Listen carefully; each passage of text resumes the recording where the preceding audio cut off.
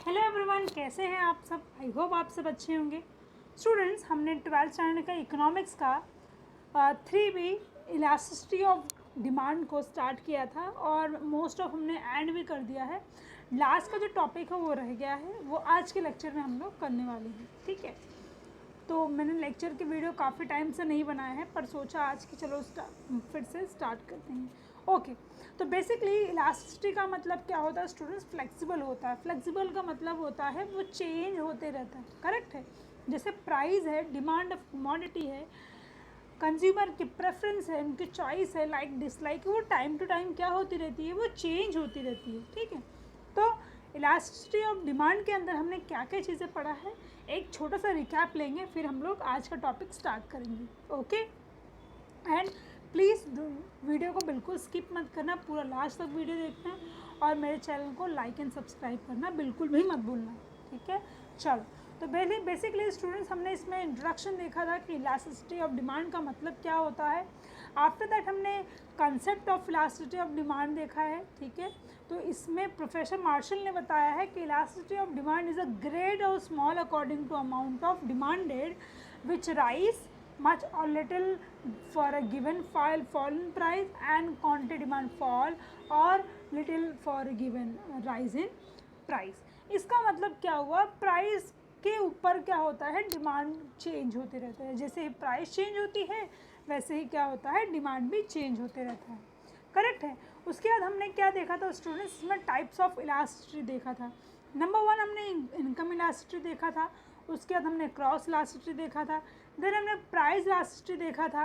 ठीक है, इनकम के कंज्यूमर के इनकम की वजह से क्या चेंज आता है वो हमने इनकम इलास्टिसिटी में देखा। क्रॉस मतलब सब्स्टिट्यूट गुड्स, एक गुड्स की प्राइस चेंज होने से दूसरे गुड्स पे उसका क्या फ़र्क पड़ता है वो हमने क्रॉस इलास्टिसिटी देखा। और प्राइस, कमोडिटी की जो प्राइस है उसका उसमें चेंज आने की वजह से क्या यहाँ पे चेंजेस देखने मिलते हैं वो हमने प्राइस इलास्टिसिटी में देखा।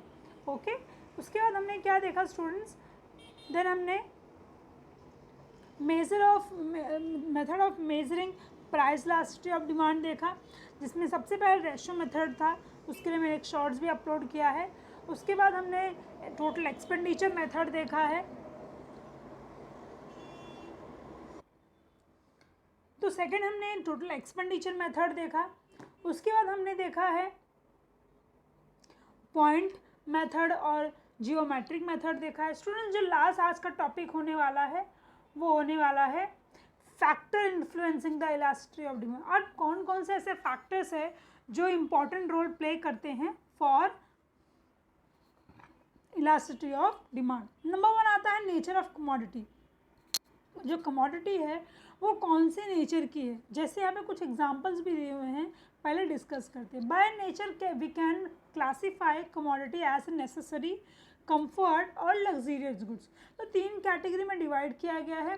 पहला जो है वो कंफर्ट टाइप के नेचर के गुड्स कौन से होते हैं, नेसेसरी कौन कौन सी चीज़ें होती हैं, एंड लग्जीरियस कौन कौन सी चीज़ें होती हैं। जैसे यहाँ पे दिया है food grains, medicine, text book, ये क्या है, नेसेसरी नेचर ऑफ कमोडिटी है। Then relatively elastic and comfort luxurious goods like car, perfume, furniture, they are demand and relative elastic. तो अगर कोई कमोडिटी नेसेसरी आती है तो वो इनइलास्टिक होती है।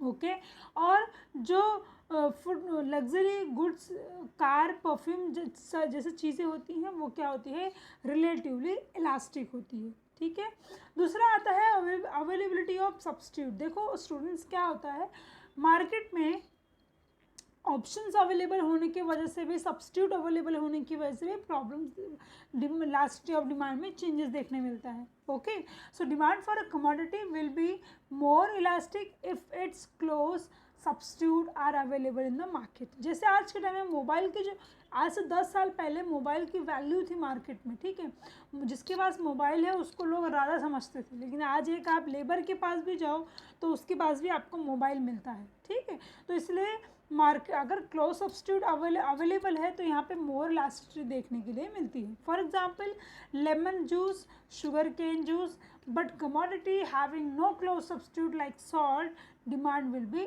इनइलास्टिक। उसकी डिमांड क्या होती है, चेंज नहीं होती है। करेक्ट है।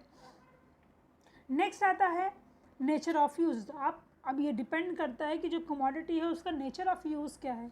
So single use goods have less elastic demand, multi uses have more elastic demand, for example coal और इलेक्ट्रिसिटी। ओके, तो बेसिकली यहाँ पर क्या है कि इसका मल्टीपल यूजेस बहुत ज़्यादा है, इसीलिए इलास्टिक है, तो इसका डिमांड क्या होता है वो चेंज होते रहता है। करेक्ट है। नेक्स्ट आता है habit. So habit makes demand for certain goods relatively inelastic, for example addictive goods और ड्रग्स। ठीक है, तो यहाँ पे जो हैबिट गुड्स है वो क्या होती है, रिलेटिवली इनइलास्टिक होती है, जो चेंज होती रहती है, जैसे यहाँ पे एडिक्टेड गुड्स है या फिर ड्रग्स है। नेक्स्ट आता है durability. So the demand for durable goods is relatively elastic. Why? Because furniture, washing machine. देखो स्टूडेंट्स, कुछ कमोडिटीज़ ऐसी होती हैं जिनकी ड्यूरेबिलिटी ज़्यादा होती है, इसीलिए रोज़ रोज़ परचेज नहीं किया जाता है, इसीलिए वो ड्यूरेबल कमोडिटी हुई, तो वो क्या होती है, रिलेटिव इलास्टिक होती है।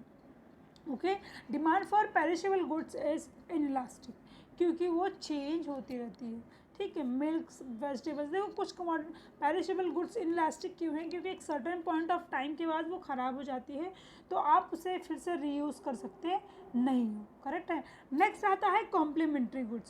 सो the demand for commodity which is use in conjunction with other commodities to satisfy a single want in relatively inelastic. For example, fallen price of mobile handset may leads in rise in the demand for SIM card. देखो students, क्या होता है, जैसे कोई mobile phone है, अगर उसके price जो है वो क्या होती है, अगर कम हो जाती है तो उसके बट ऑब्वियसली डिमांड बढ़ेगी, और डिमांड बढ़ेगी तो सिम कार्ड के भी ऑप्शन क्या होते हैं, हो जाएंगे, चेंज होते रहेंगे। देखो यहाँ पर दिया भी गया है कि the demand for commodity which is use in conjunction with other commodity to satisfy single want. ठीक है, तो वो क्या होता है, रिलेटिवली इनइलास्टिक होता है। 7th पॉइंट है इनकम ऑफ कंज्यूमर इनकम भी बहुत ज़्यादा इंपॉर्टेंट रोल प्ले करती हैं यहाँ पे, because demand for goods is usually inelastic. So if the consumer has high income, then demand pattern of very rich and extremely poor is rarely affected by significant change in the price। देखो इसमें दो चीज़ें हैं, अगर consumer rich है तो उसकी demand जो है वो इनइलास्टिक होगी, यानी कि वो चेंज करता रहेगा, उसके पैटर्न के हिसाब से क्या करता रहेगा, वो चेंज करते रहेगा अपने कमोडिटी को। लेकिन अगर वो पुअर है यानी कि गरीब है, तो वो किस पर डिपेंड करता है, प्राइस पर डिपेंड करता है। अगर प्राइस कम होगी तो गरीब इंसान डिमांड ज़्यादा करेगा, और प्राइस ज़्यादा होगी तो डिमांड कम करेगा। Urgency of needs. So goods which are urgently needed have relatively inelastic demand. Why? Because medicine, luxurious goods which are less urgent have relative demand. देखो इसमें दो चीज़ें हैं, मेडिसिन जो है वो क्या है, रिलेटिवली इनइलास्टिक है, क्योंकि इसकी जो डिमांड है वो क्या होती है, वो चेंज होती रहती है। लेकिन जो लग्जरियस गुड्स की डिमांड है वो क्या होती है, रिलेटिवली इलास्टिक होती है, यानी कि बहुत टाइम बाद होती है, यानी कि चेंज भी होती रहती है। नेक्स्ट आएगा टाइम पीरियड के लिए भी क्या होता है, डिमांडेड होता है।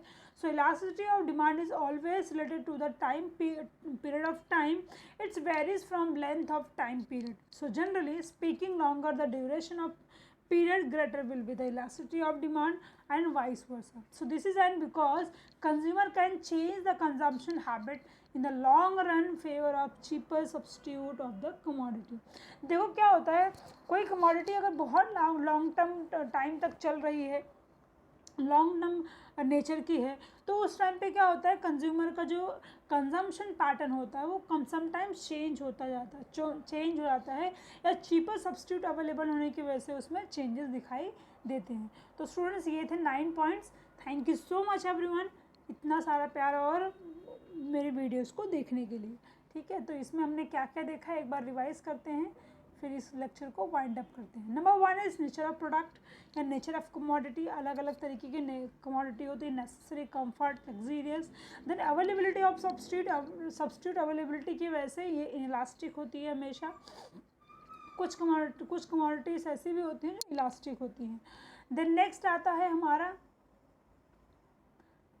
Use of number of uses, कितना नंबर ऑफ यूज, जैसे मल्टी गुड्स है, जैसे कोल है, इलेक्ट्रिसिटी है, habits, durability, complementary goods, and the last one is income of consumer, urgency of need and time period. तो आपको ये लेक्चर कैसे लगा आप मुझे कमेंट बॉक्स में बताएंगे। And thank you so much everyone again, and do like and subscribe my channel. Thank you.